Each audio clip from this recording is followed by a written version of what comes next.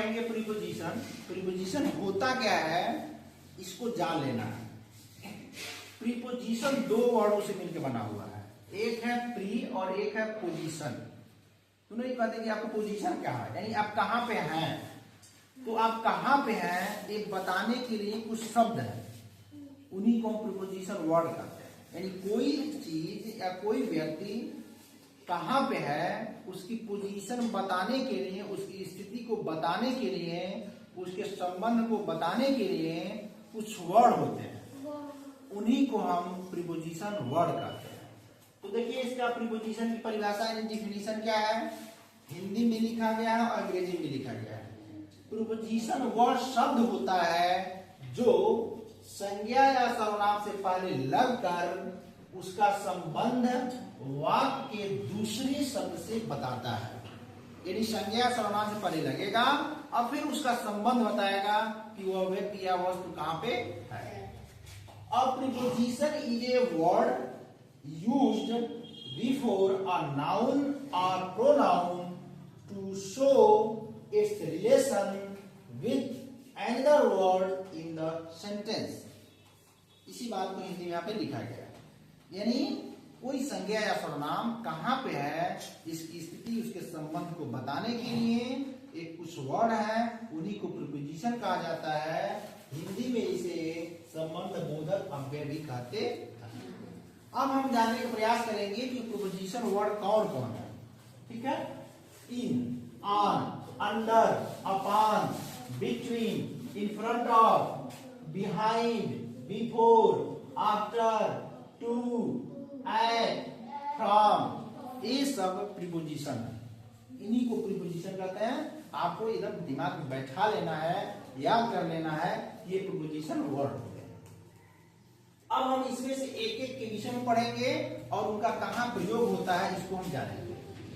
इन, अब इन क्या होता है, इन मतलब होता है में, जब कोई वस्तु किसी चीज के अंदर होती है, किसी चीज के अंदर तब हम इनका प्रयोग करते हैं। जैसे इस समय हम सभी लोग कहाँ पे हैं, कमरे में, इन द रूम हो जाएगा। The pen is in the box, यानी कोई पेन बॉक्स के अंदर है तो हम कहेंगे पेन कहाँ पे है, बॉक्स में है। पेन क्या हो जाएगा, नाउन हो जाएगा। ठीक, अब वह पेन कहाँ पे है, तो बॉक्स में है, तो इन द बॉक्स। ऑन मीन्स होता है पर या ऊपर, यानी जब कोई चीज किसी चीज के ऊपर रखा गया हो, किसी चीज के ऊपर रखा गया हो। देखिए यहाँ पे बुक क्या है, इसमें सटा हुआ है, इसमें रखा गया है, तो ऑन का प्रयोग करते हैं। The book is on the table, the book is on the table, तो ऑन का प्रयोग होगा। एट, एट पर होता है पर या में, यानी अधिकतर समय के लिए, स्थान के लिए प्रयोग होता है। हम कहाँ पे हैं, किस समय पर। शी इज एट स्कूल, वह स्कूल पर है, तो स्कूल पे चढ़ी हुई नहीं है, इसीलिए आगे वह स्कूल में है। तो स्कूल में मतलब कोई ऐसा नहीं है कि वह अंदर है, तो इसीलिए अधिकतर एट का प्रयोग होता है। अंडर में होता है नीचे, अंडर में नीचे, जब कोई चीज किसी चीज के नीचे रहो। ठीक है, the cat is under the chair, यानी कोई बिल्ली मान लीजिए कि चेयर के नीचे बैठी हुई है, तो अंडर द चेयर यानी चेयर के नीचे। बिटवीन होता है दो चीजों के बीच में, दो चीजों के बीच में। जैसे आप देखिए यहाँ पे दिखे, यहाँ देखिए आप यहाँ पे संध्या है, यहाँ अनन्या है, इन दोनों के बीच में कौन है, आराधना। तो हम कहें Aradhana is between Sandhya and Ananya, यानी जब कोई चीज दो चीज के बीच में हो तब हम बिटवीन का प्रयोग करते हैं। The ball is between two boxes, यानी कोई दो बॉक्स है और उसके बीच में बॉल रखा हुआ है। बिहाइंड मीन्स पीछे, बिहाइंड मीन्स पीछे। जैसे मेरे पीछे क्या है, व्हाइट बोर्ड है। ठीक है, तो जब कोई चीज किसी पीछे हो तो हम बिहाइंड का प्रयोग करते हैं। He is standing between the bus, यानी कोई बच्चा है या कोई आदमी है बस के पीछे खड़ा है। बिफोर, बिफोर मीन्स होता है पहले, बिफोर मीन्स पहले, यानी कोई आप मान लीजिए कि कहा जाए कि आप 6 बजे से पहले आएंगे स्कूल, आपको 10 बजे पहले स्कूल आना है। ठीक है, या मोहन सोहन से पहले आ गया तो वहां पे हम बिफोर का प्रयोग करते हैं।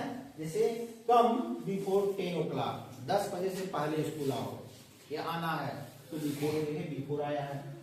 आफ्टर मीन्स होता बाद में, आफ्टर मीन्स बाद में। You will go after lunch, आप पूछते हैं ना कि सर मुझे स्कूल घर जाना है, तो ठीक है लंच के बाद जाना है, तो यू विल गो, आप घर जाओगे कब, आफ्टर लंच, तो आफ्टर आ गया।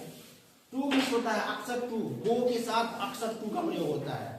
की ओर, अक्सर इसका प्रयोग होता है की ओर। I am going to market, मैं मार्केट की ओर जा रहा हूँ, बाजार की ओर जा रहा हूँ या बाजार को जा रहा हूँ, तो यहाँ पे टू का प्रयोग होता है।